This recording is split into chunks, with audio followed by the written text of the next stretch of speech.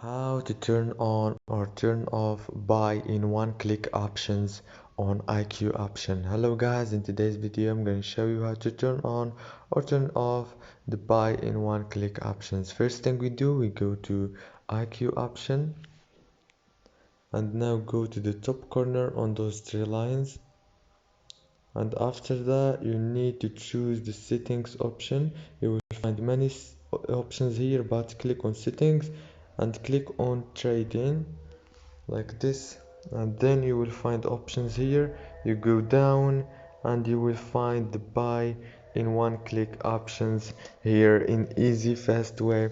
You can enable it and click apply, and if you want to disable it, just right click on it and it will be disabled in easy fast way. And that's it for today's video guys. Don't forget to like and subscribe, and see you in the next video.